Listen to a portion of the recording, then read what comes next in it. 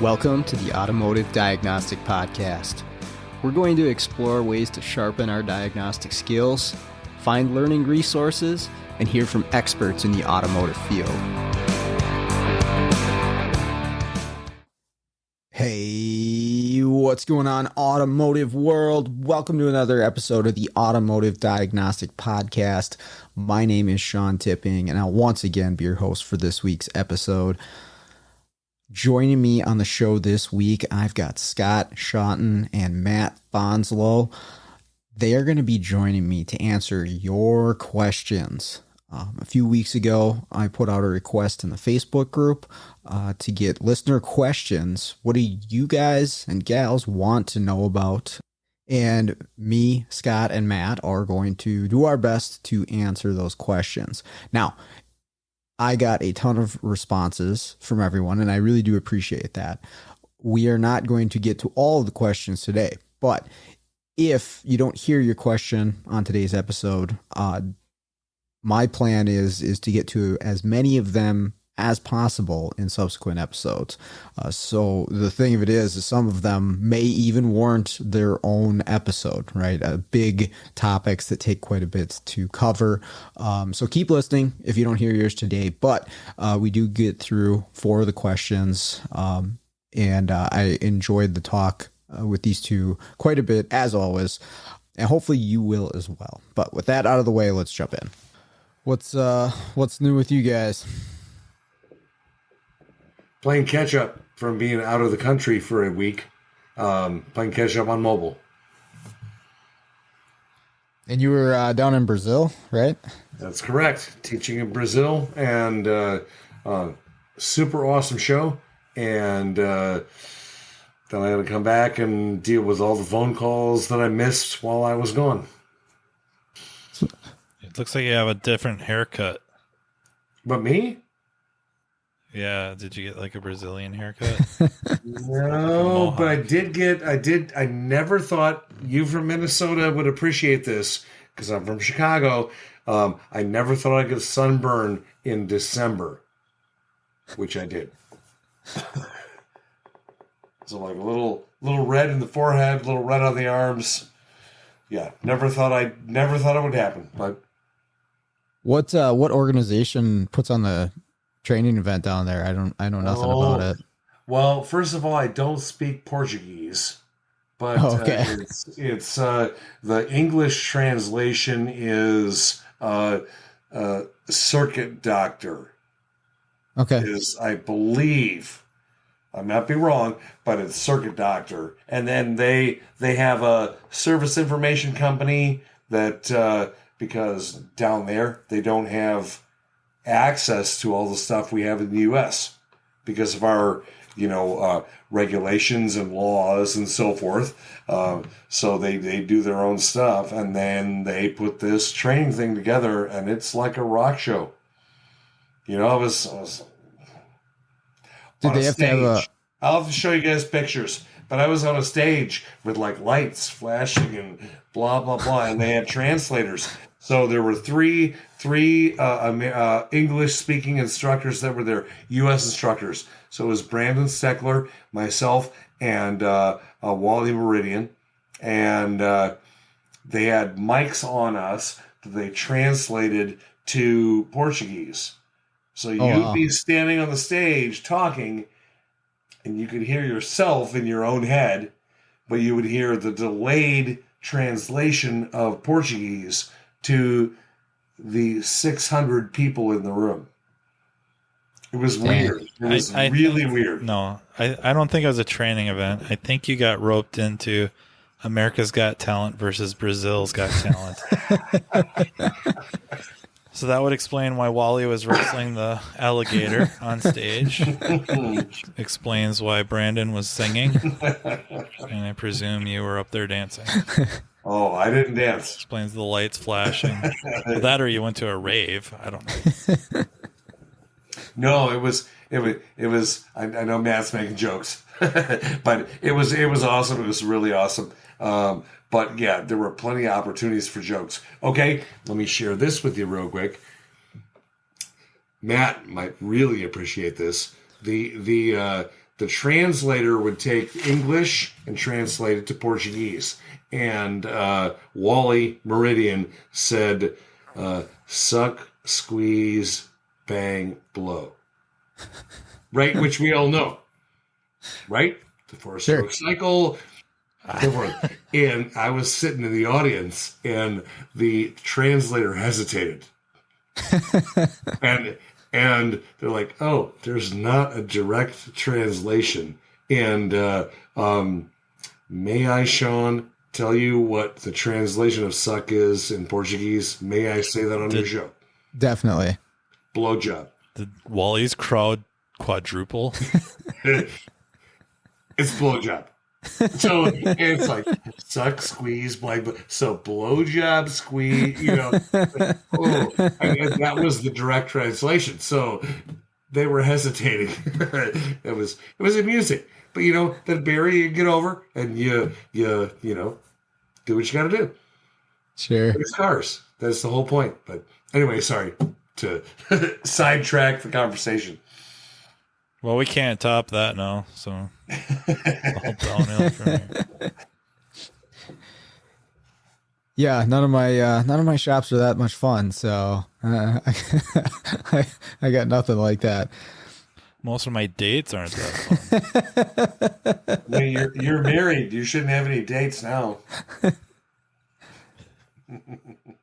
There is a shop that I go to that the technician neither speaks or reads English, and so if the owner's not there, it's interesting trying to communicate with him. And we figure it out. I'll hold up a tool or point to something or whatever, but like you can't write anything down, you can't use any words, so it's like how am I gonna translate something to this guy? And you're obviously limited, but I don't know how the guy gets anything done, but as far as a parts hanger goes, he's actually pretty decent. So Google Translate. Sure. Yeah, actually, you know what? I didn't even think about that. That's a good idea for next time. Oh, we had a lot of fun in Brazil. We had a lot of fun playing with that app. Sure. Even with kids, it's like, let's type this. Let's type that. That's a lot of fun. I'll leave that alone. You can get a job done, but you can also have a lot of fun with that. So, yeah. Well, cool. Reason I gathered you two here this evening is I put out a request in the Facebook group for the podcast a little while back for a listener Q&A. Invited the listeners of the show to send me their questions, what they're wondering about, challenges they're facing, things they want to know in the automotive world. And as promised, I assembled some industry leaders to help me answer the questions, and we got a ton.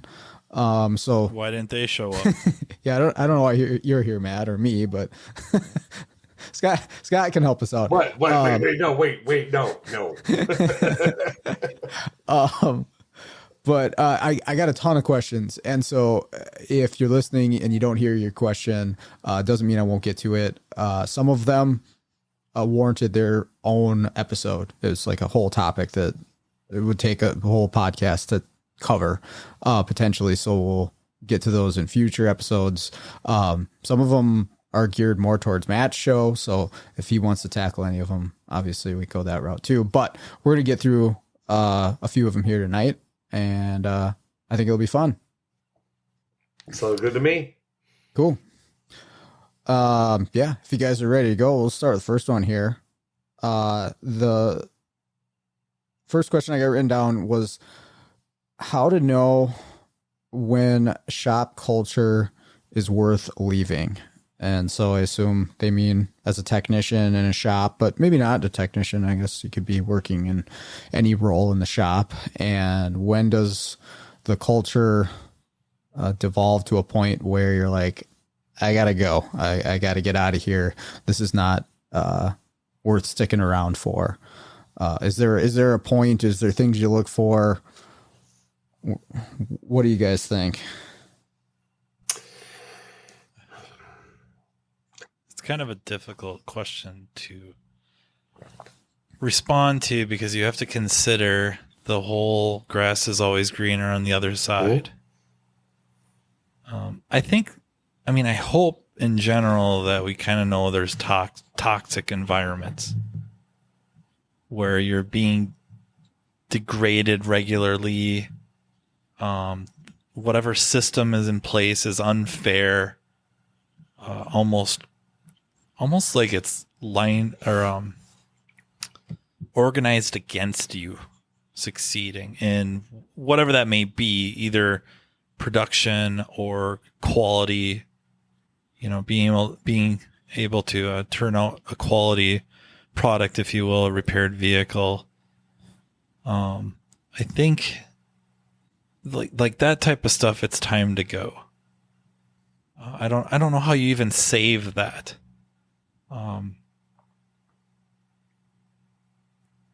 Then there's the other stuff where you have the breakdown in communication or zero communication between management and the techs. And if you're, as a group, somewhat disgruntled, not saying you hold anybody hostage, but why not hold a meeting? Maybe suggest going to a restaurant and these are the gripes we have and we find them reasonable. Maybe management has no idea. I don't want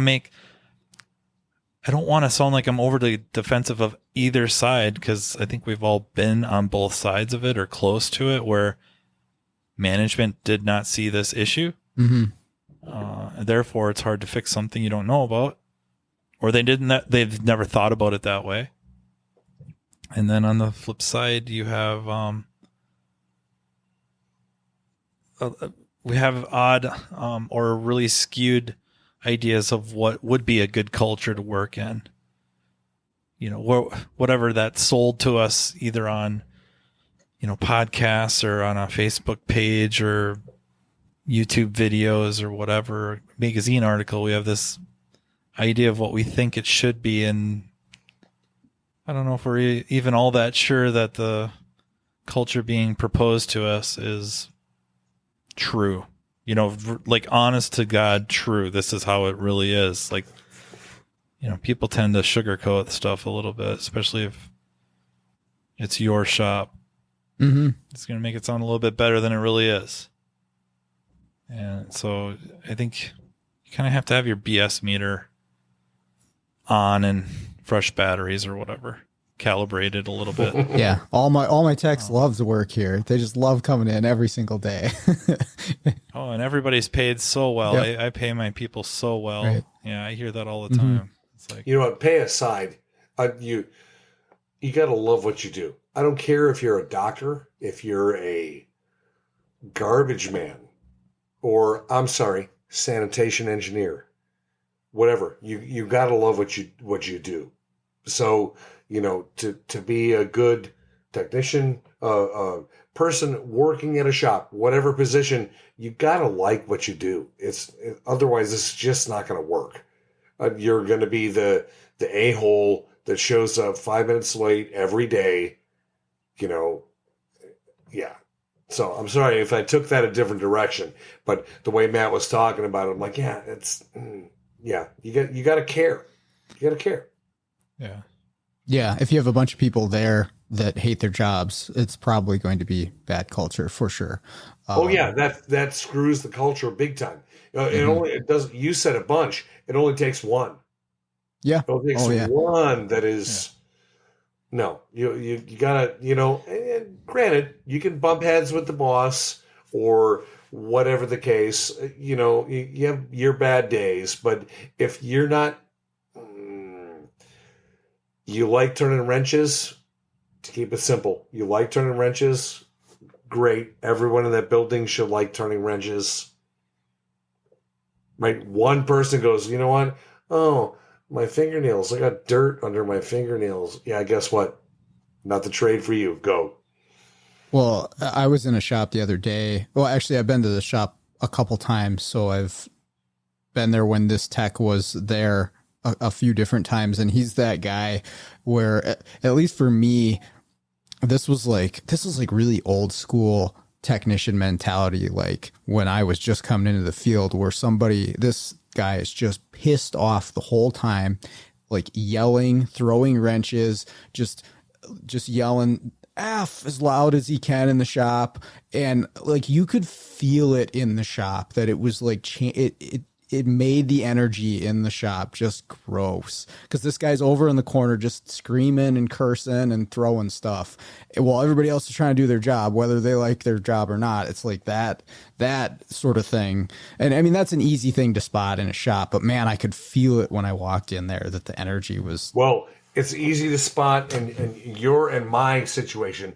It's easy to spot because we're the outsider. We walk in because we're both mobile. We walk in and we get to the outside perspective. They see it every single day, and they're used to it. We walk in and go, "This situation is screwed up." Yeah, this person is a jerk, and he's bringing everyone down. Mm-hmm. But you have no place to say it, right? Yeah. Because you're there to program a car or do whatever. But you walk in that shop and go, one of the things I think of is like, all right, if my neighbors need their car fixed and I can't do it, which shop am I going to send them to? Or which shop am I not going to send them to? I think about all that stuff. I'm like, yeah, don't take it to that shop. Take it to that shop. Well, they're a little bit more expensive.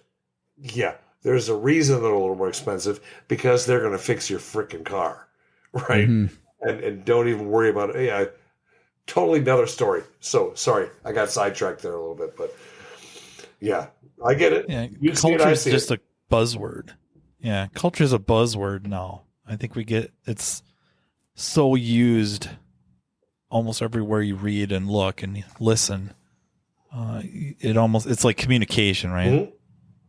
People talk about communication, that it almost gets to the point where it grates on your nerves a little bit. But, cultures, so like in Scott's example and Sean's example, where you got that tech or employee that's kind of brings the whole atmosphere down, drags it down. You can almost picture management going like, yeah, he's kind of a jerk, or she's a jerk, whatever. But man, they turn out hours. Yep. Man, they turn out work. And they're not valuing the overall culture as much as they are that production number, which arguably could go up for the shop with that person's removal and bringing in someone else that isn't quite as productive, if you will. But the rest of the shop becomes more productive and makes up for that loss, maybe exceeds it, or maybe it's not quite as good. But the entire atmosphere of the work environment is so much better. It's almost worth it. And then, the culture isn't just leadership by people in leadership positions. It's also by everybody involved. And I know I've brought this up before. In some podcasts, I know I've talked about this before, but there's a movie, Waiting. Yeah, Morgan and I were talking about it. So the movie Waiting kind of has a pretty good example of this. If you've never seen it, it's like maybe an early 2000s comedy, restaurant comedy. Yeah, I watched that movie because you mentioned it in a previous podcast. Ryan Reynolds is in it, and Justin very Long, early Ryan Reynolds. Yes, yeah, very young. Anna Faris. Anyways, don't matter. There's a scene that I feel resonates with what you're talking about here, about how the restaurant is not performing very well. And it's just, nobody really wants to be there. No one's making money. Customers aren't happy. It's going down. And then they hire a new chef or cook, whatever you want to call them, in the back. I think it's Luis Guzman is the actor, and it's Rodimus. And he brings this game. So if you've seen the movie, you know what the game is about. If you haven't seen the movie, I suggest watching the movie. I think it is good. It's funny. If you've ever worked in a restaurant, it is the office space of restaurant people that have worked in restaurants. But he brings this game, and people are reluctantly sucked into playing it, but they start playing it, and the culture of the restaurant changes and improves and people start enjoying working together. They enjoy not working together, hanging out after work. The work environment improves, customer experience improves, customers are happier, tips go up, employees are happier. And it's just like this snowball effect. That can happen in your shop too. You don't have to be in a certain position to do it. You yourself have some control over the work culture. And maybe it's limited by, how bad it's being managed, but I don't think it's one of these things we can just sit here and say like, well, sit back and wait for somebody else to do it or just bail. Mm-hmm. Like you do have some control over that. And you may find out that you yourself, you and a coworker or two get together and whatever it is,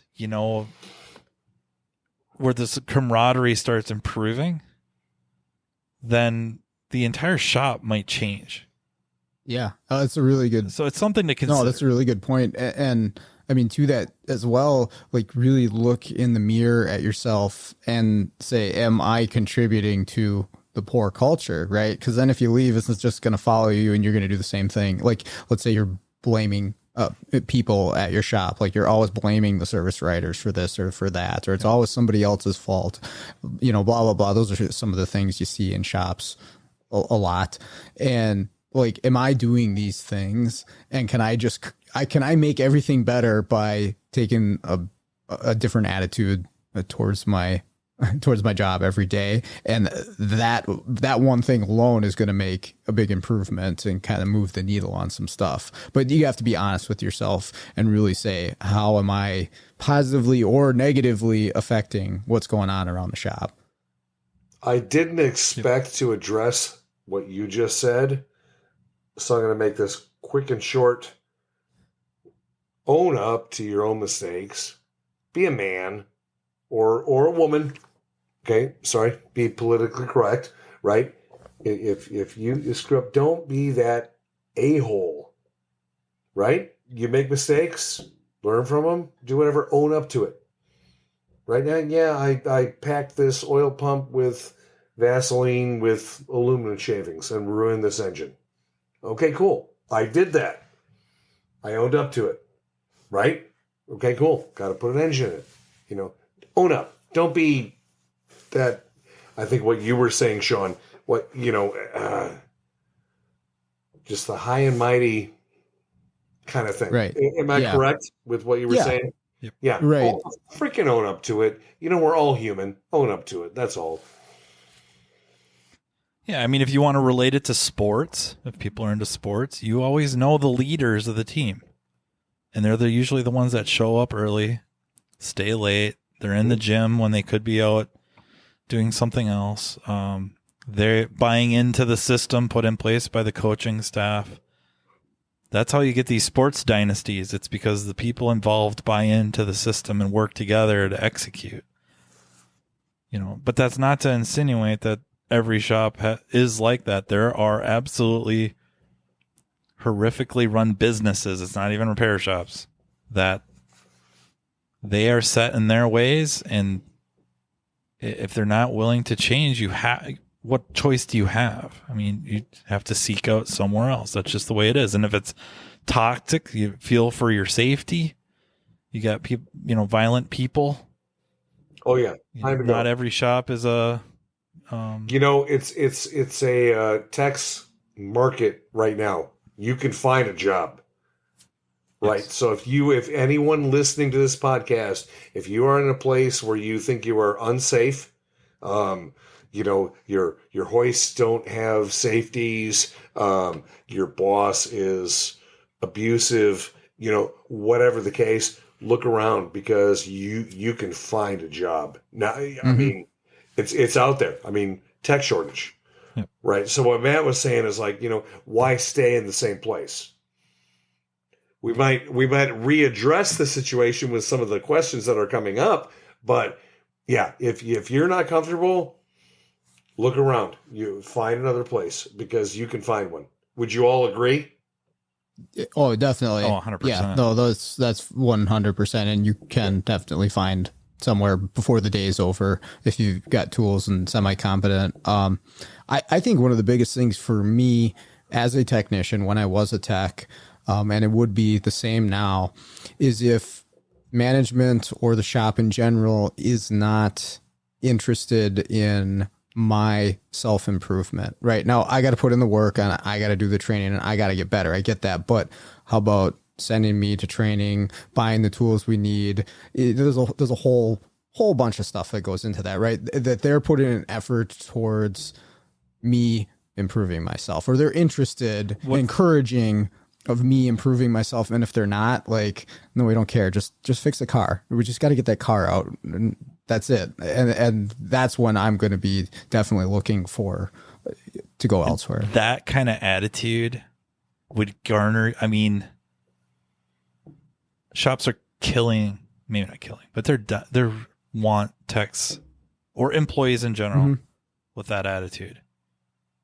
And I'm not saying all these jobs are, quick to pay your way to a Vision or an ASTE or whatever, or they're quick, but they're willing to contribute to your education. And hopefully that does eventually involve trips to the big shows, if you will. But what we're finding too is there's a lot of shops out there going to their tech saying, hey, I will send you to Vision. I will send you to this class. I'll pay you to sit there. And they don't want to go. So you got this really big dichotomy going on between those that are very satisfied in what they're doing and not really expanding or just keeping up with the times.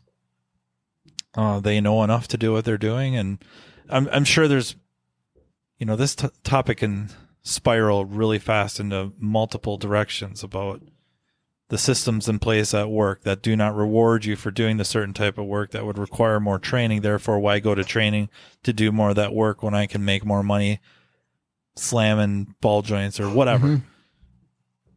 But on the, I just find that very interesting as you're talking about how much you would look for a shop that's willing to help you keep expanding your skill set or maintaining it as times change and technologies come out. And there's shops out there that are doing that, but they cannot get their techs or employees to go to training. It's just, it's crazy. Well, you know what? That's an interesting question too. Let's pretend that you're 20 years old and you actually do have that drive and you want to go to training. That is the person, they have some mechanical aptitude. They've done a little bit of college. They're in college and they come into the door and talk to shop X. Doesn't matter. And go, hey, you know what? Hey, I'm prepared to change oil. I'm do whatever, but I want you to, I want to continue with my training and better myself. How many shops do you think would really jump on that person? They might, but they're going to be an oil change person. Are they going to send them to training? Are they going to do what they asked for? And those people get shut off. I saw it and Sean, you may have as well. In college, you got some people that have like great aspirations, and they get shut down. They get stuck at a dealership doing an oil change pit for 2 years. And they're, pardon me, but fuck you. They're like, I pardon my language, but really, I mean, I don't want to work in an oil change pit for 2 years. Is that how they talk in Brazil? Well, I didn't learn any swear words down there, but the only thing I learned was hola. That was it. Hello. That's a good one. That was it. I answer my phone with That's that. all I need. Yeah, I know you do. So I have no idea why. You speak Portuguese then. So there you go. That was the extent of it. But yeah, I was like, what do you do? I mean, these young kids coming in. Yeah, you gotta give them a taste, and hopefully, shop owners out there, they're all desperate for techs, that they can recognize that, okay, if I can find somebody who's interested in improving themselves, like, I got to hang on to them. I got to make them happy. Got to do what I need to do and play the long game of letting them improve. I think some of them don't even know what to do. Yeah. Some of Owners, the you shop mean? owners, managers. Yeah. Okay. Yeah, I think sometimes some of the owners and managers just don't even know what to do to cultivate that. And that's where I think, not to promote any singular one, I'm aware of one with Napa.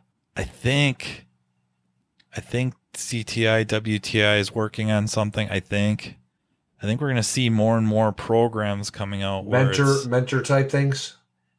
Yeah, mentors, and maybe even like schedule for apprenticeship type things, or a path, like career pathing, where it would help the shop. Because I think sometimes, and I don't want to make blanket statements, but I do think sometimes you get somebody in there, they got the fire and all that, and you start them on the lube rack, and then everybody just gets comfortable. Right? You're doing just fine on the lube rack, and we got all these pieces in place, and then they kind of back burner that education or whatever experience, giving them experience on other things. Because they're just as bad as that instant gratification as the tech is. So that young tech wants to move up the ladder, fast. I want to be on the lube rack for a little while, but then I want to be doing this, and then I want to do this, and then I want to do this, and then I want to do this, and they may not be ready for it. And that they want that fast. And the shop's almost the same way in the opposite direction, where it's like, okay, we got all these pieces in place, and production, we're going, let's just ride this thing. Man, we're like an really well oiled machine, and then some of the parts of the machine are kind of like, I'm out of here. Or they shut down because, like Scott's saying, we just sucked the fire rate out of them. We just sucked the fire rate out of the kid. And they just don't see a future anymore. And now those job ads for, whatever it is, look really good because they could see where that could go. I could go get hired on with this electric company, electrician. They'll hire me on as an apprentice, and I'll just haul copper for them for a while, and they will put me through the paces to become, a journeyman. And make good money. And but there's a path, right? Yeah, and I don't know that shops necessarily even know, and I don't want to play them off as ignorant or dismissive or anything like that. They don't know. So we see these programs, I think, coming out to help with that. I think Anthony Williams, rest his soul, was very big on that. And hopefully that gets seen through. But I know for sure Napa has a program that kind of gives them a path within the shop. So the shop needs to kind of follow a path or put together something. You're going to take some hits. Something. Yeah, the shop's got to set up a path. They're going to have to take some hits. The first time they're doing a brake job, it's supposed to only take an hour or 45 minutes or a half hour, whatever number. You shouldn't even be throwing out times. I have a shop that I go to, okay, and it's the shop owner. It's a very small shop. It's a shop owner that's probably in his 70s. Maybe he's 70. Okay, I'm just ballparking, right? He's got a younger guy that works for him. And they call me out to, do programming and do all the kind of stuff that we normally do. And he's always, the young guy is always asking me about training, and I point him different directions, but his boss doesn't pay for it. And I'll go into that shop and I'll hear them arguing back and forth. We got the old school guy and we got the new school guy or the younger guy. Arguing about, the scope does this and blah, blah, blah. And you argue back and forth. And this kid, I shouldn't say kid, he's probably 20, 25, 28. Well, I'm just guessing. Okay. I could tell he's got the hunger. And I give him whatever information I can when I'm there because he's curious about it. But his boss never sends him to training, and it's like, it's one of those things like, dude, I see this in you. Go get some of this training. And if you're in a shop don't get me wrong, this is not the best shop in the world. Okay, and I will not mention their name since we are now going public with this. Right? I'm like, no, I wouldn't work there. But I'm like, dude, you got to get into a good shop where they send you to training because this guy has so much potential, and he better get on it because he's getting to that age where it's going to be 15 years and he's going to be broken like most of us are, worn out elbows, knees, backs, that kind of thing. So yeah, no, he's got to go. Otherwise, he's going to be stuck making a wage that pays his mortgage or his rent and food and have nothing to show for it when he's done. And you see people like that in our industry where like you deserve something more, right? A great example would be the scholarships for vision, right? And other places too. You find people that are deserving of that. Like, dude, go apply. And no. And then I love seeing my former students. Sean, you could probably think of this too. You probably have former students that are working at shops or dealerships or whatever, and you get called in to do a car they don't do. I get called in my GM dealership all the time for Fords and for all their used cars. But when I walk in, it's like old school. It's like there's seven former students as technicians in that shop, and I walk in and just BS. It's like I own the place. I don't, but it's cool. It's what are you gonna do? Yeah, it's good to see him be successful. 100%. That's a cool feeling for sure, and stay in the industry too. And obviously, I want him to be successful, but it's positive to see them stay within the auto realm and not leave after a couple of years after finishing school, because that does happen. Which a lot of people do, but yeah. Yeah. Okay, well, you mentioned something in there that would be a good transition to our next question. You were talking about the older gentleman who was, looking at retirement, body breaking down. One of the other questions that we got was, what can a senior technician do without becoming a service writer, right? So I'm assuming they're talking about transitioning out of being a mechanic for one reason or another, or a technician for one reason or another. And a lot of the time has to do with age and what your body allows you to do is a big reason for many people to move out of the full-time technician role. So, and service writer is definitely an option. And I've worked with some service writers that were former techs, and they've been great service writers because they have the understandings of both sides of the table. But what if somebody doesn't want to do that, right? Like, I never wanted to be a service writer. That never appealed to me as a final transition. What else is there? Where can somebody go with this? Depending on, I'm gonna throw something small out here really quick, and I'm gonna throw in Matt's boat to see what he has to say. If your shop is capable of doing this, how about a shop? I don't want to say shop foreman. That's probably pretty close, right? A tech that's in charge of all the techs, right? So you play a mentor role. You coordinate everything in the shop, take some weight off the service writers, that kind of thing. That's what I would think of, because if you don't want to move into service writer is changing to a different job. Agreed? Mm-hmm. Right? Yes. But if you had, let's say I was working in a shop with 5 techs and I was one of those techs, and I decided I wanted to move up, but I don't want to service write, put me in charge of all the techs. I'll deal with everything you got to do. Maybe you could even split that too. Matt would probably appreciate this too. If you were the diag tech and you don't have diag work all day long, doesn't matter.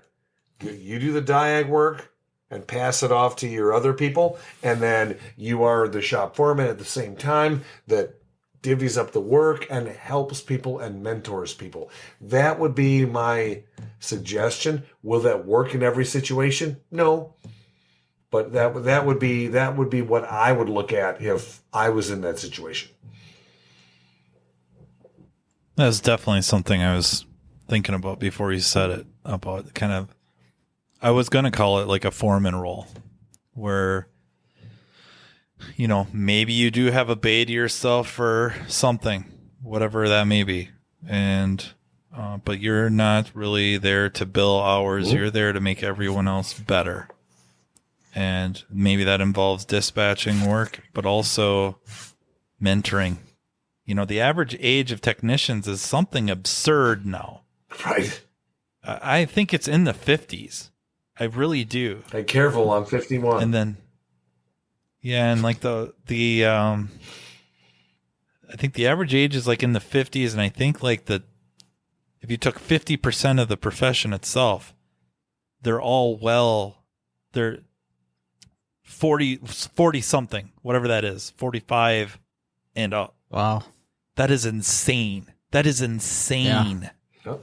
So that means there's going to be a lot of spots open for young people. So we might as well think about putting into our, you know, hierarchy or whatever you want to call that, our systems in place where there is somebody there has been there, done that.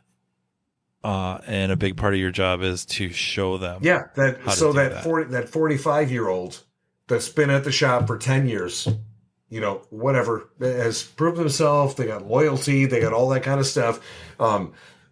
They're getting tired of pulling transes and engine jobs and things like that. And they're good with diag or whatever. Yeah, put them in that position and then bring these young guys in and be the mentor. Right? Mm-hmm. Instead of just pulling this person in and going, you know, you're going to be an oil change guy and we'll move you up. Okay. How are we moving up? Okay, if you're not paying for training, if you don't have a mentor, if you don't have whatever, no, you gotta build that. It's. I'm sorry, I get a little frustrated. I'm like, I can't stand it when I walk into shops sometimes, and it's like these guys don't know their butt from a hole in the ground. Pardon the language, but voltage drop would be a good one, right? Yeah, I just think it's a very reasonable thing, especially on the larger side. And there probably ends up being somewhat of a ratio, kind of like service advisor to tech. There might be shop foreman to techs, you know, where maybe, you know, the whatever golden ratio for that is one service advisor for 2 technicians, maybe 3. Well, maybe you got a shop foreman that the golden ratio is 1 foreman per 4 or 6. I don't know. It'd be something you'd have to watch and track. But yeah, if you're a late 50s something and your shoulders are destroyed and maybe your back or your neck from all those years of turning and burning and banging out 60 hours a week or whatever that number is, and now you can't do it anymore. Mm-hmm. It's still all up in your head, though. You know right. How. And now can you get the younger techs in there and he or she with a good attitude, and you're going to have a good attitude too to bring them along and try to create that machine back there, and that, you know, that falls on you. And like I said, maybe there is a bay for 1 car or a couple cars where you're the need for your production isn't nearly as high. That's not your primary purpose, but you know, maybe it helps support that role. And then, you know, my other idea is, you know, you're the shop janitor and you freaking make up for all those years where you were too good to pick up that broom. So payback. Yeah, I think along with this, it's not exactly, you know, what an older technician should transition to, but you can prepare for this at a younger age in a couple different ways. Number one, and I've talked about this before on the podcast, you can take care of your body. I think that's really important, especially for young technicians. And then as you get older, because you can take care of yourself, both the safety items like eyes and ears and things like that, chemicals, but then also like your back and shoulder and knees and things like that. You can do things in and outside of the shop to improve and maintain your health as you get older so that you can keep doing it for longer. Maybe you love doing it and you want to retire at 60 doing this stuff. That's fine. And you want to output high until that point. You can, but you can't just go home and drink beer and eat chips and sit on the couch after you get home from work and then expect your body to hold up for decades of work. That's where I think most of it happens, where people are, beating themselves up. The whole problem with that is the young kids, because I'm guilty of it too. When you're 20, you're 21, you're invincible. Oh, yeah. So the stuff that we know now at our age, 30, 40, 50, whatever, we know we eat salad for dinner. We eat, oh God, I love spinach and cucumbers. And, and I never would have thought about eating that stuff, 30 years ago. So you eat crappy food, fast food. I rarely eat fast food. It's all the kinds of stuff that you think about. Like now as an adult, I wish I would have known that when I was 20. Or I guess I should say, I wish I would have listened to the adults when I was 20. But I guarantee, a 20-year-old, for the most part, is not going to take all the safety precautions with like earmuffs and safety goggles. And no, granted, some of them will, but I even had safety goggles on and got burned from a piece of slag from a torch on my eyelid. Even with safety goggles on, it fell behind, and they don't really care because you're invisible. Screw it. When you get older, you start to think about it and go, shit, I can't hear. What? What? Yeah, exactly. What? Yep. And my hearing is bad. We're kind of hypocrites too, though, because could you imagine what, like right now, us three, I'll toss this out here and you'll probably all see value in this. Like, hey, that would make a lot of sense. But the young techs listening are going to be like, I would probably just leave. But what if a shop owner brought in maybe I'm thinking like a personal trainer, not showing everyone how to work out, maybe, but little stuff, how to lift properly. Mm-hmm. Maybe some stretches to do before and after work. Maybe something that will help prevent carpal tunnel. Maybe something that will help, stretch out your hamstrings and reduce the potential of lower back issues later on. Like, I'm just thinking like somebody that's in there, maybe somebody that's more of a background in biomechanics. I don't know. A personal trainer kind of makes sense to just give you an idea of some stuff to do. Here's some stretches. Here's the proper way to lift. Lift with your legs, not your back.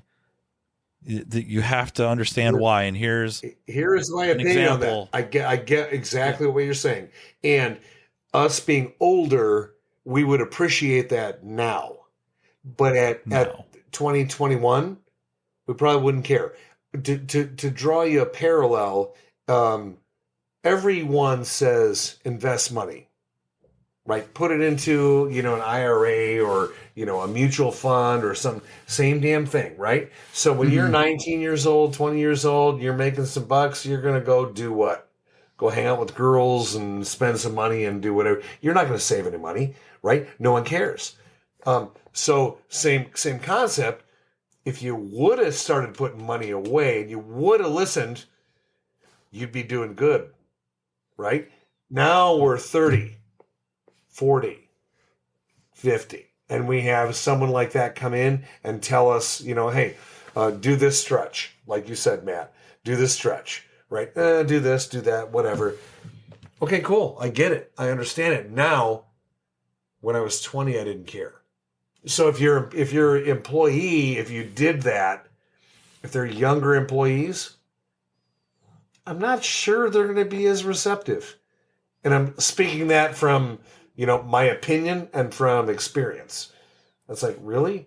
Put money away?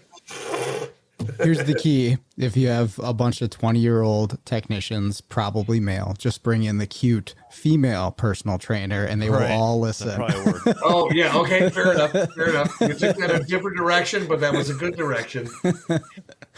But yeah, the planning too on the technician part ahead of time in different ways, I think is important too, because you could transition into, let's say, an educator or training role, and maybe not even with your shop, maybe elsewhere, but that would be something where, hey, maybe I want to start thinking about this 10 years before I plan on making that transition so that I can study, get my credentials, whatever's involved with that in order to make that transition. But that start thinking about it, right? So how is my career in the automotive field going to end up? What are my, potential routes that I could take? And if I want to do that, what can I do now to start, setting myself up for that?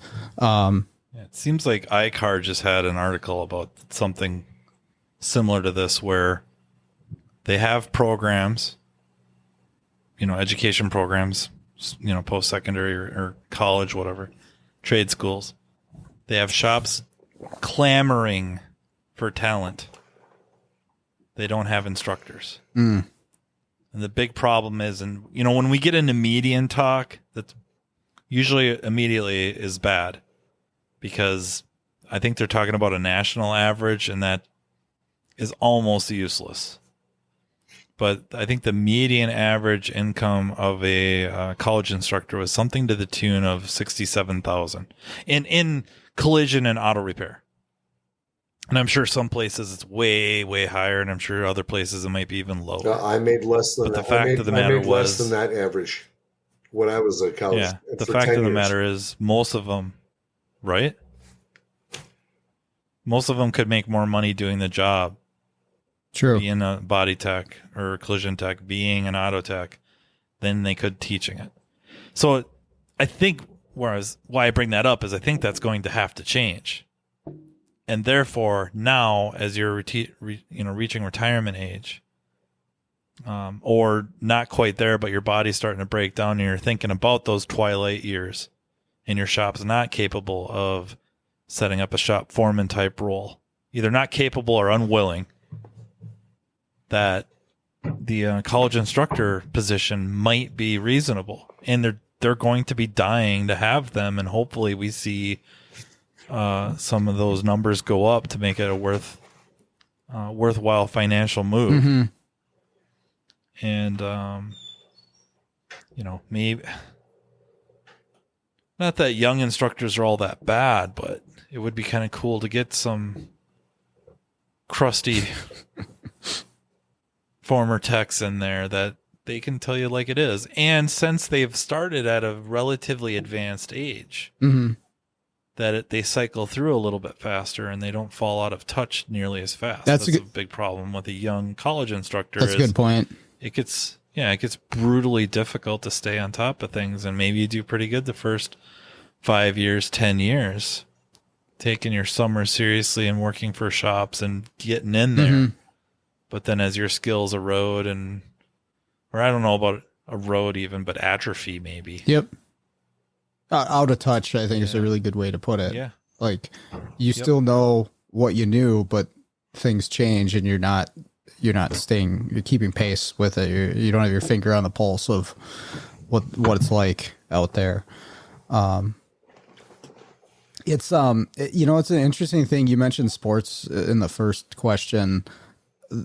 It's like that in a lot of aspects of automotive, right? Is like it caters to the young, strong, healthy technicians when we're talking about just pure production, right? Flat rate hours. Yeah.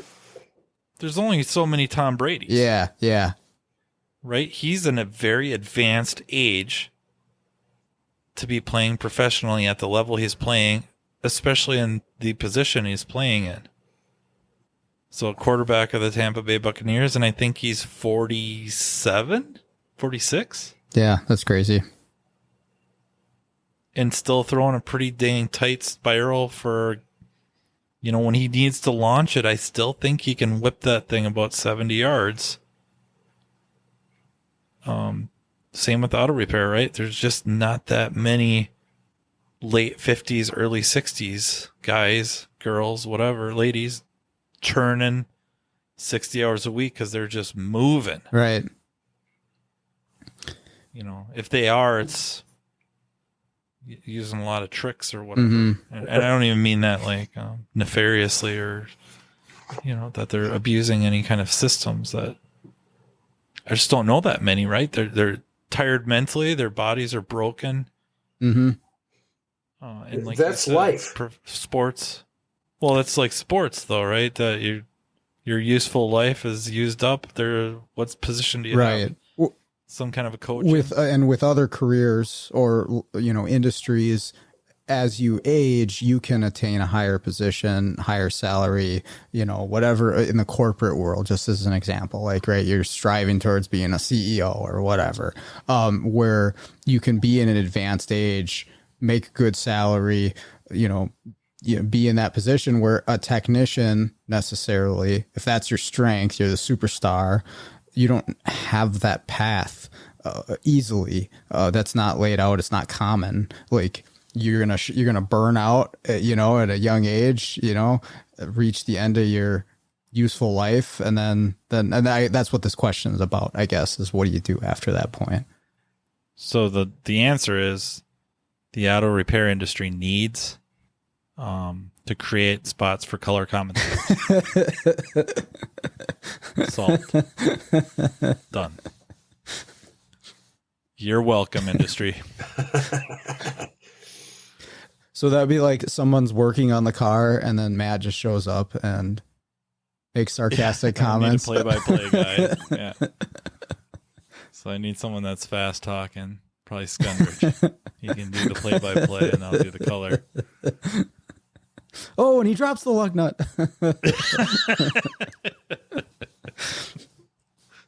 Hit the replay. Let me see his grip here. So did we already address the question how to ask for a raise? That's the next one. If you guys want to next one, move on. You don't ask, you beg. Next. No. Go ahead. Ask the question, Sean. Yeah. Our third question on here was how you would ask for a raise. And this person didn't necessarily outline, a technician specifically.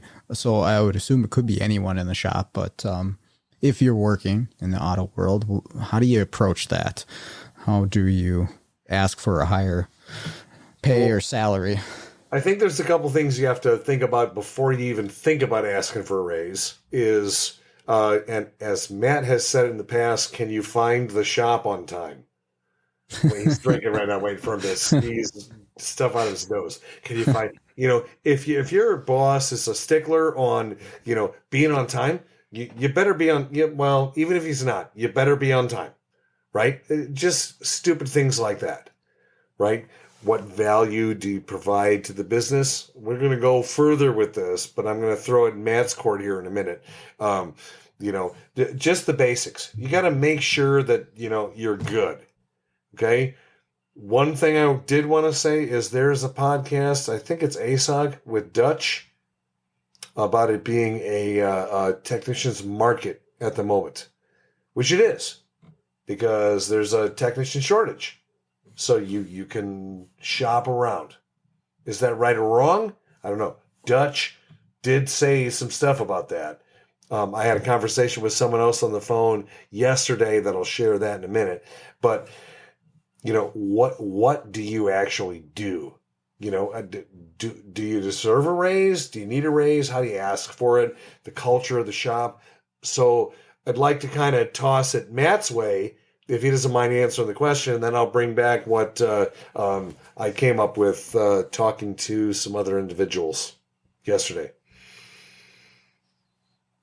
Yeah, I generally don't like to come on Sean's show and talk about mine. Fair enough. Like, I don't like the way that it doesn't sit well. I like it. But I don't talk about dollar values. I talk about up or down. That's it. well, yeah, we're talking, but same guy Dutch was on, and we talked about kind of knowing your value, and we talk quite a bit about that, trying to figure that out. And then I think Scott brings up a good point. I do think it's generally a good idea, not all the time, but periodically look over wanted ads, go do some interviews.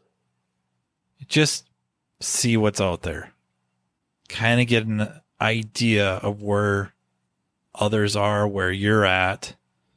And then I'm not saying you accept jobs and then go in and put your 2 weeks notice in and hope your boss comes back out and says, like, well, what would it take to get you to stay? Like, it may someday come to that, but I don't. Generally, it's just doing your research on, what are you doing within the shop? What does it do for, what are you bringing to the table? Like, you bill X amount of hours, your quality of work, your punctuality, good attitude, low comeback these are all ratio. things to bring to the table. Yep. So, hey boss, can I have a few moments of your time after work today? Yeah. Just swing into the office. Okay. I'm here because I haven't had a review in blah, blah, blah, blah. I've taken a couple of interviews. They would be starting me at whatever rate, which is already more than I make. I like it here. I would rather not be punished for liking it here. I feel like, I'm looking at my numbers and I do this and, I show up on time. I stay late when you need me to. I've come in on weekends. You're kind of selling yourself a little bit. But I don't know if you have to be over the top, because my guess is the owner won't even let you finish your sentence. Is going to be like, well, what do you need? What are you looking for? And then they may come back at you with, okay, you want, just an arbitrary number out of our tails with post-COVID inflation, and you've been there a while, whatever, you want $5 an hour. Maybe that's a terrific amount of money, but we're just going to use it as a BS example.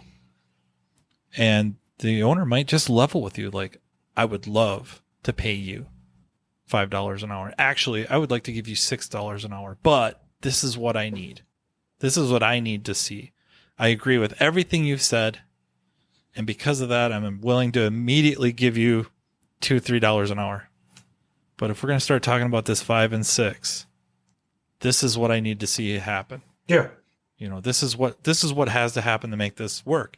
And that doesn't have to be the end of the conversation too. Like, I don't think we could say the word enough.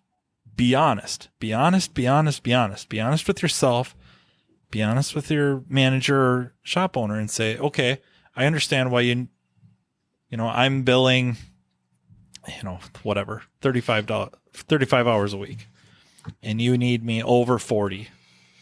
My concern with that is these speed bumps in the road.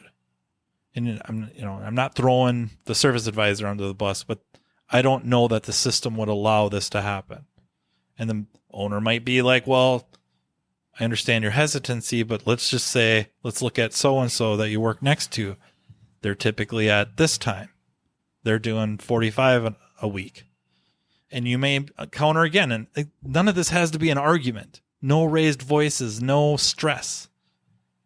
But be like, okay, I'm thinking though, is they typically do this type of work. I typically do this type of work. If I had more of that type of work, I think my hours could go up. And maybe that's part of the solution is like, oh, okay, let's redistribute some of this work to help you get your numbers up. And then boom, we're there. Or that's a really good point. I need to keep you where you're at. You know what? I will make it work. I will figure out how to get you your $5 or $6 an hour. You said you wanted 5. I want to give you 6. I'll make it work.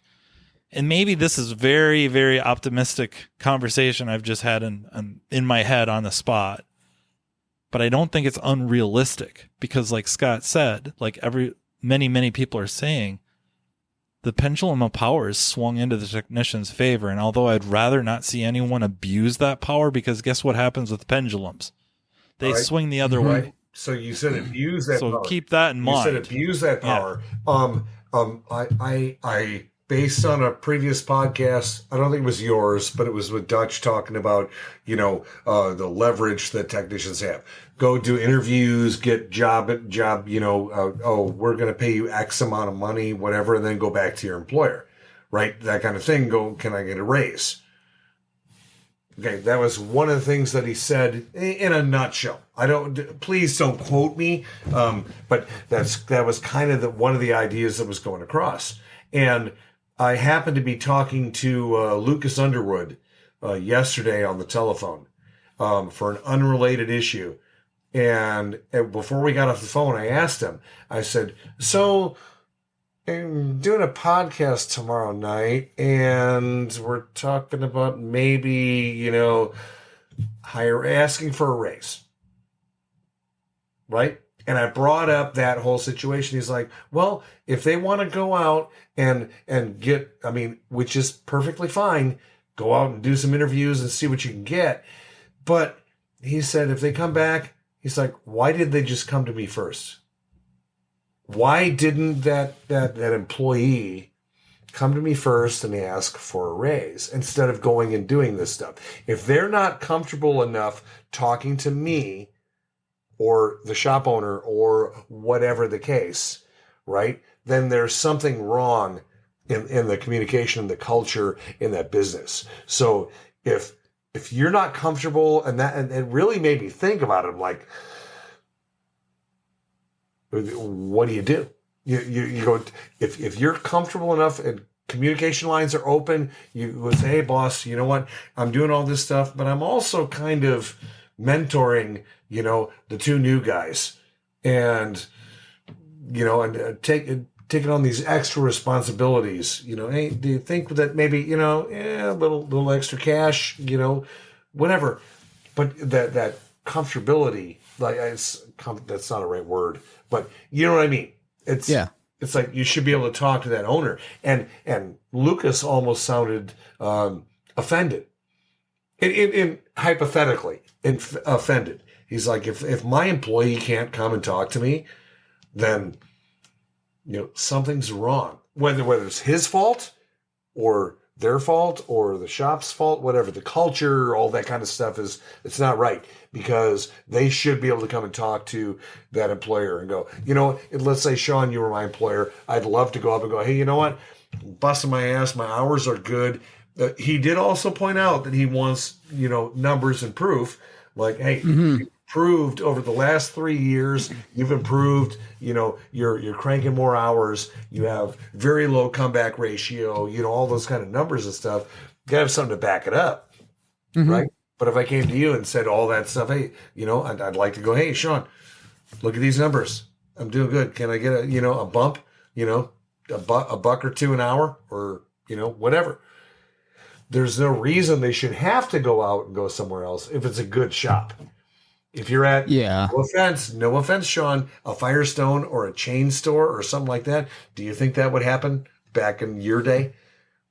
No. It really depends on who's running the store and how they've shaped the communication in the shop. And that goes back to the shop culture for sure. As far as going to other places, I think today's a little different because there's social media and Facebook groups, right? But that can get tricky too because the demographics are different. But the reason as a tech when I was younger that I would go do that, and I did, is I literally didn't know what other places were paying.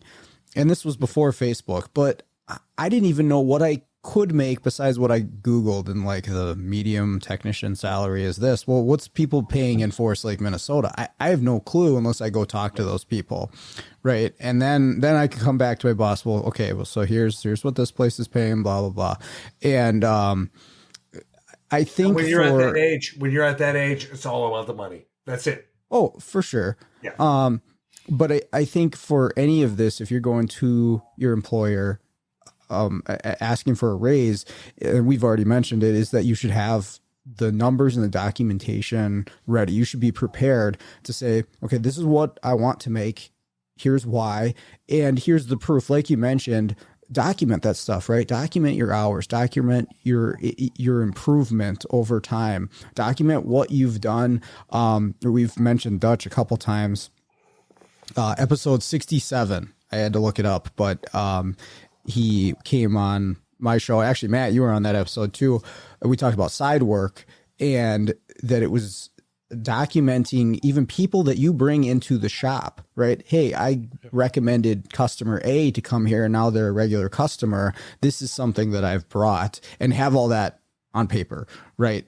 And that is going to benefit you enormously into getting that higher wage, because like, yeah, Lucas said, I want to see those numbers to have it make sense. But yeah, for shopping around, when I was a tech, I just wanted to know, what else are people paying? Right. Yeah. And I think Lucas is almost a bad example because he's kind of in that really high top tier of fair enough. Owners. And I'm sorry, Matt, I meant to mention that No, he not is at in all. like the, we talk about the top 5%ers of, technicians and whatever. He's up there with the shop stuff. So I understand that, but Yeah. So yeah, continue. I apologize. Well, I was thinking the interviewing process with other places, or at least inquiries, is more educating yourself, because sometimes you just don't know. And the last time I asked for a sizable increase, where I felt like this is getting out of hand, like now I actually, normally I feel like I'm way overpaid for what I do. This is one of those times where I felt like I finally was underpaid. And that is kind of like what Sean and you were talking about, is I walked in there with almost a packet of stuff that I had done. I had looked up, what is the median income for the area with the shops in, and a reasonable driving distance. What is the, so MIT has a cost of living index. You can look it up by county. It just kind of gives you an idea. And then I took into account inflation, not like this COVID spike, but just in general, like for where I live, when back, 10, 15 years ago, when I was making this dollar amount or this much per year versus what I am now, I'm actually making less. And I also brought in my mortgage, because sometimes I feel like people forget, or they don't forget. They just don't know. They don't consider that, we're just, I'm not saying every shop owner is this way, right? There's no broad brushes in this conversation, but many times you have a shop owner who's lived in their house for 20, 30 years. So when they bought it 30 years ago, and it's a decent house, we'll just say it's a nice house, whatever that means, but they paid $90,000 for it, which at the time was brutal.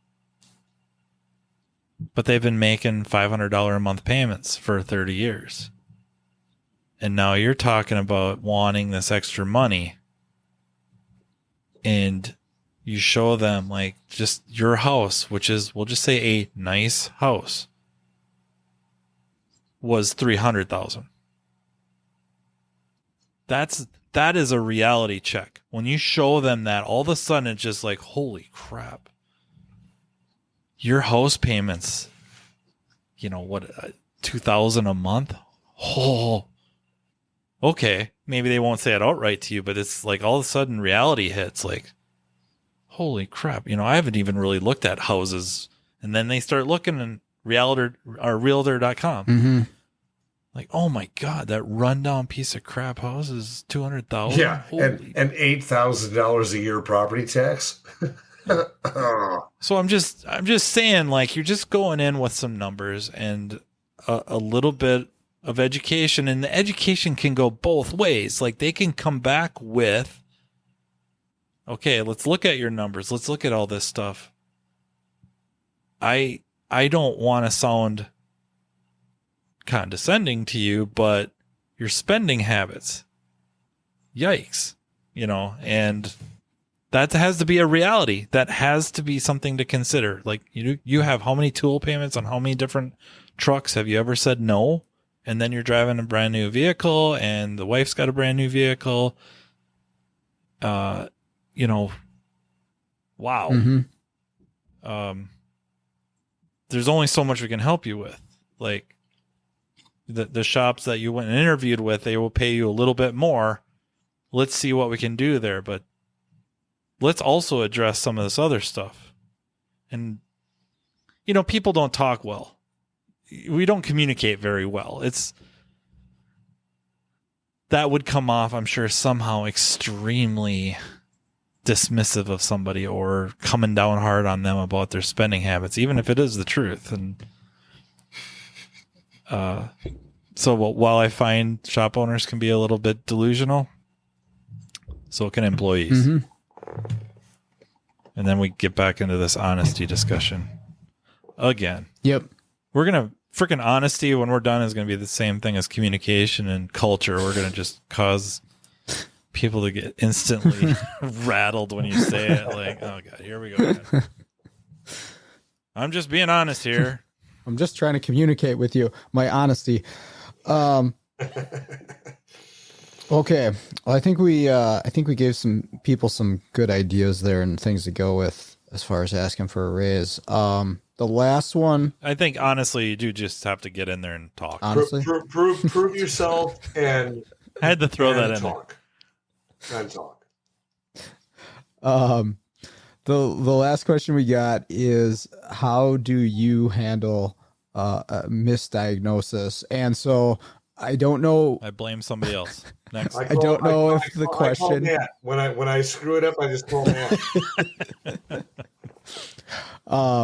I don't know if the question is directed at like you, Scott Shotton. How do you handle misdiagnosis, or how should you handle misdiagnosis? But we can take it each way. He hasn't misdiagnosed anything in 2 decades. He doesn't even remember the last time he misdiagnosed something. Yeah. Well, I'll be fair. I did misdiagnose a vehicle about a year ago, and I think it was the only time I had to buck up for it and diagnosed a module incorrectly, and I had to write a check to the shop for $450 to pay for the module that I made a bad call on. Right? And how do I handle misdiagnosis? I would be a man and stand up. Okay, man, sorry. Didn't mean I'd be a human. I'd be an adult. That's a better way to say it, right? Stand up and suck it up and go, all right, I misdiagnosed it. Whatever. There have been times where it taken me multiple trips to diagnose a car, and I normally don't charge if I'm like, all right, I think we're going to have to do this first. We have to replace this and fix this wire. If that doesn't fix it, then I'll come back and, do step number 2 or step number 3 or whatever. But once we're to the point where I know this is fixed, then I'll charge, but I don't charge until I do it. So if step number 1 is misdiagnosed, but I didn't bill him, doesn't matter. Step number 2, I come back. You get the idea? Yeah, once I bill them for it, my name is on that car. Yeah. Once they write me a check, now my name is on that car. And if it comes back 3 weeks later with another problem, now I'm obligated to go back and take a look at it again. And if I screwed up in that Nissan's case, which I was mentioning when I started, I had to write a check. They ended up having to send it to the dealer because I wasn't around when it needed to be done. They sent it to the dealer. I have no clue what they did to fix it, but I made a call on a module. I wrote them a check for the module that, they paid for. So I lost money on that job, but you got to do what you got to do. So this diagnosis, every situation is different. Right. Well, and Matt, being a shop owner, probably has to deal with some of that stuff too. I think there's a time. Well, I know there's a time where the we have to start with blank is realistic, makes sense, is the right way to go.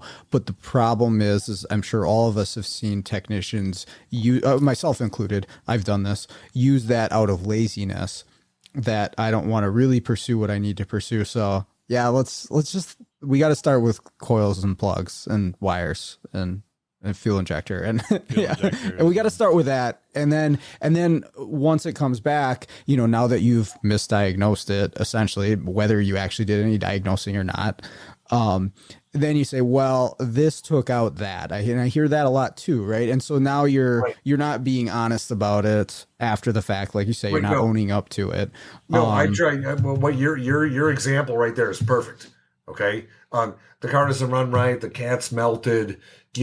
Whatever the case, and I'm for some reason I'm thinking Ford 5.4, right?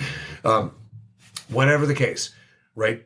And if I'm gonna sell the first part that has to get done before the second part, right? Like the coils and plugs, and then we'll go further from there.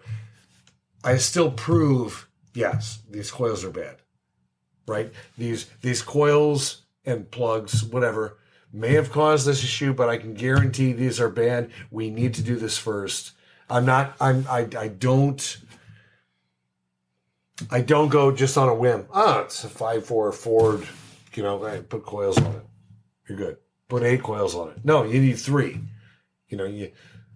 Whatever. I don't oversell, but I do think ahead and go, all right, cool. Well, this cat might be junk because of the problem that we had with the coils, right? So it's like, we got to put these coils, these plugs in it, whatever. And then let me know if we get a cat code later, which could happen, right? We get a cat code later, then we'll go, the next step. So I always try to prove.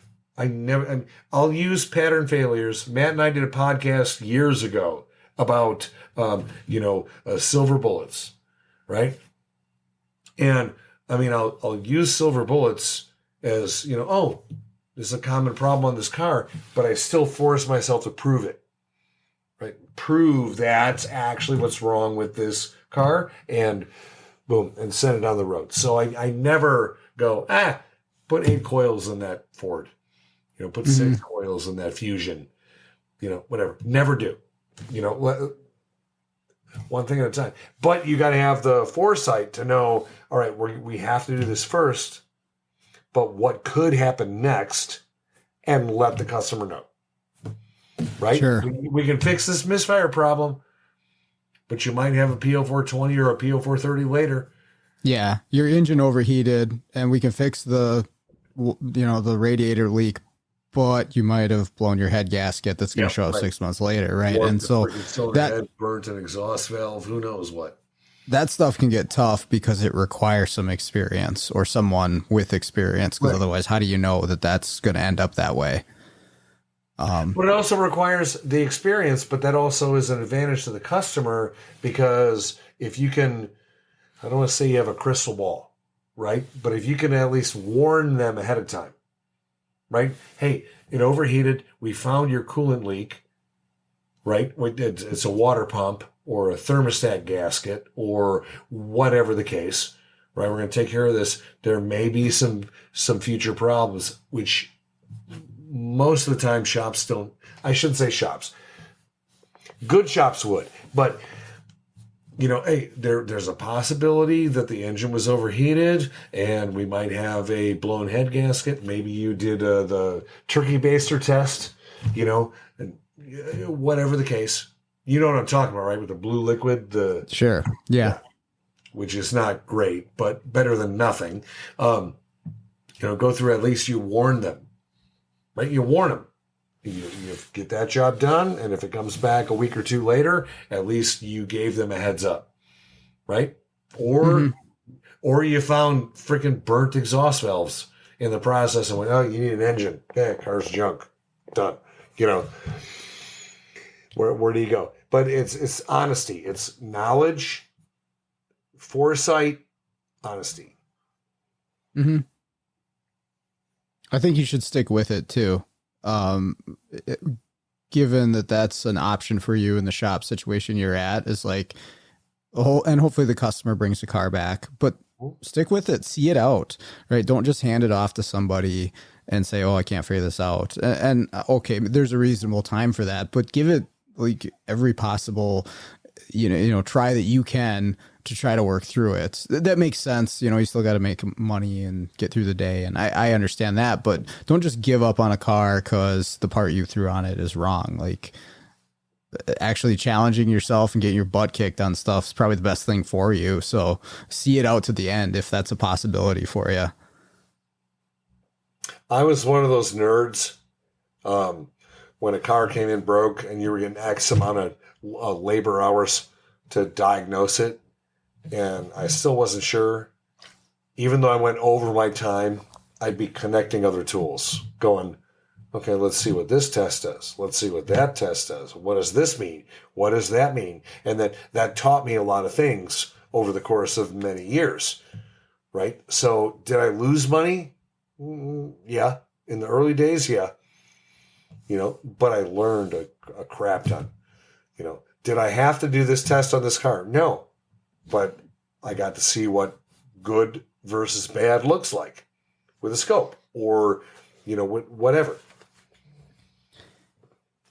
Yeah, we're going off in a different direction. So right. I was just thinking, I've had some cars recently, and all of us, we've seen some, pretty strange stuff as far as what's broken on cars. And sometimes it's not. Sometimes it's just something really simple. Like sometimes it is just the coil, right? And I had one today. It was a Caravan where it was the easiest thing possible, and that's what was wrong. But I didn't believe it. But I'm like, this shop's pretty good. Like, I don't think this is it. I must be doing my test wrong, or my equipment must be broken. So I did like 3 more tests, and I'm like, oh yeah, it is just a solenoid. Okay. I probably spent about 30, 40 minutes more than I needed to on that car, but I was just like, there's no way it's that. There's no way. So I had to confirm with several tests. Yeah, I was sure by the end of it. I was like, I know this is the part. That's the important part. So you can take that check with a smile, not a, oh, I think we're good. Right. Misdiagnosis. I usually keep a tablet with roughly 1,000 different excuses so that even if I have to use them multiple times a day, it goes well into 2 years before I have to use the same one again.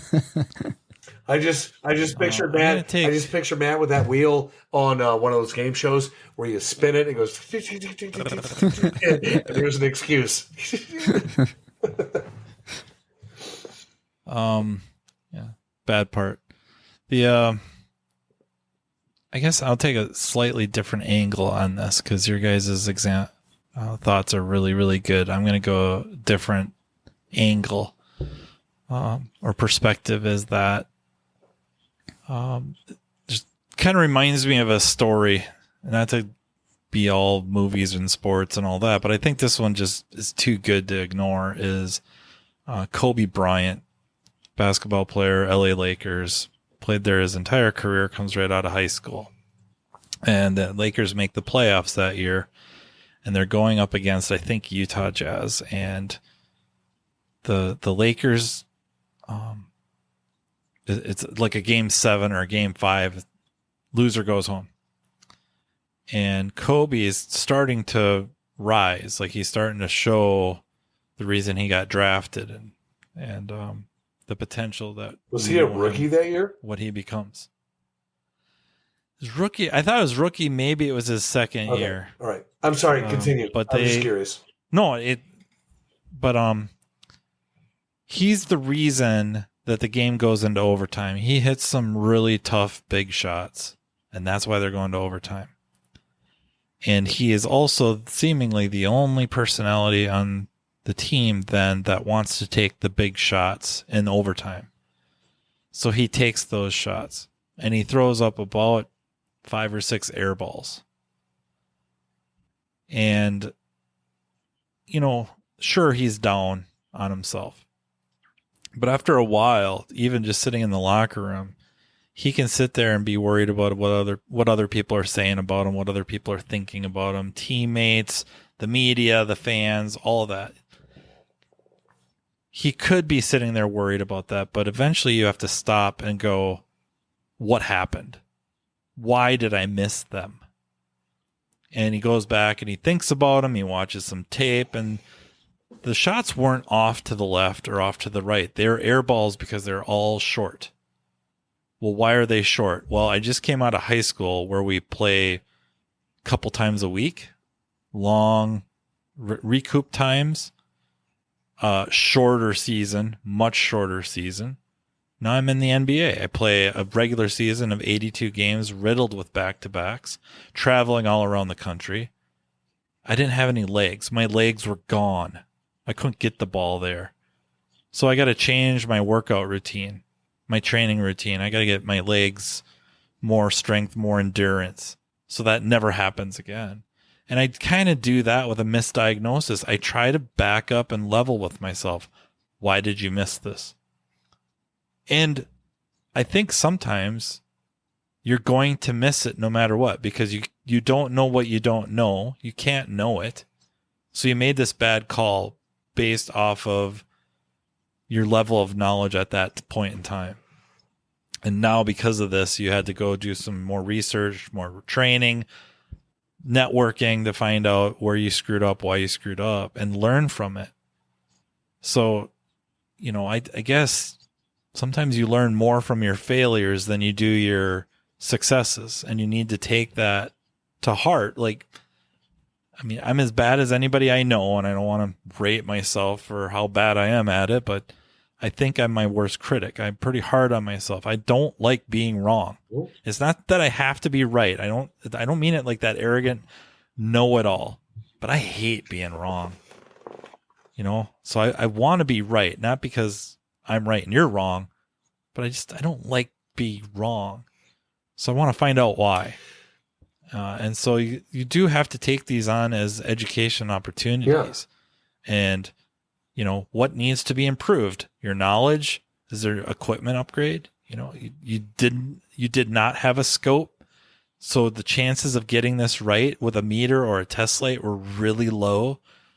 Okay, what kind of a scope do I need? Do I have to go big guns, or, one channel would have been fine? That's in, I could afford a one channel scope. I could afford AESOA view scope. No, I would have needed multiple channels.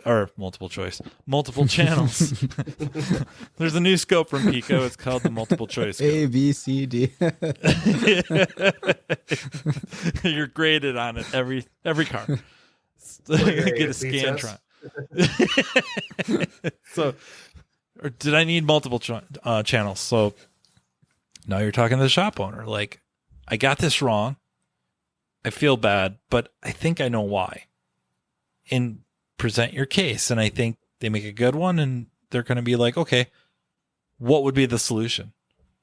Well, I would really like this scope, that scope, I see so-and-so on YouTube. I see so-and-so on a professional forum, diag.net or something, or I listen to Sean's podcast. Sounds like he uses this scope. He really likes it. I think that would be the way to go. And, you got to kind of remember to value some of the mistakes, value some of the misses, so that you can, improve, forced improvement. And then that's the big thing, is make sure you improve. I know far too many people, they do make mistakes, and they just kind of tomorrow's another day. Yeah, and they don't learn from the mistake. Yeah, they just blow it off and don't let it and sink in. They don't think about it on the way home. I'm one to own up to when I make mistakes. Years ago, this probably had to be 1996, and I was probably working on a 1992-ish express van, and it had no communication with the engine control module. So this is pre-OBD2, obviously, right? And the GM chart says check for power with, check for voltage here, blah, blah, blah. Everything's good. I called a module on it, right? And again, it was very early in my career. Called a module on it, and module didn't fix it. And went through and found out that there was corrosion in the middle of the wiring harness. It got a pinhole, got corrosion. If I would have known at that point in my career how voltage drop actually worked, or the fact that if you disconnect a module and check for power, I don't care how many wires, strands of wire are going through that corrosion. As long as there's one, you're going to get a good reading. You know, that kind of stuff. I didn't know that. So you learn from your mistakes. So I called a module on it, and that was probably like Memcal days. You know, 2 1/4-inch screws, swap the Memcal over, plug it back in. You know, that didn't fix it. Eventually found the wire. You know, live and learn. And that's one of the days I realized I don't understand voltage drop. I don't understand how to do this. So you build on it, right? It's like, okay, cool. Well, how would I have tested this?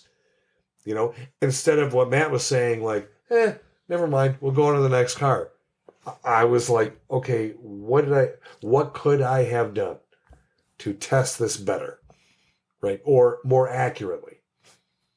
You know, where do I find meter leads? Key on, key off, you know, whatever.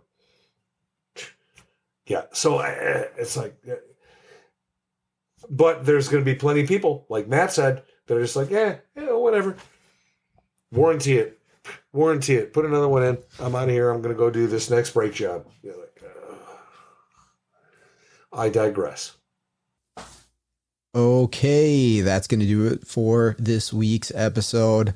Big thank you to Scott and Matt for taking time out of their evening to help me answer those questions. Really appreciate it. Also like to thank everybody who sent in questions for this episode. And like I mentioned at the beginning, if you didn't hear yours today, keep listening. I will try to get to as many as possible. Also like to thank everybody for listening to the show and all the feedback I've been getting about it. Always appreciate that. But with that all out of the way, let's get out there, start fixing the world, one car at a time.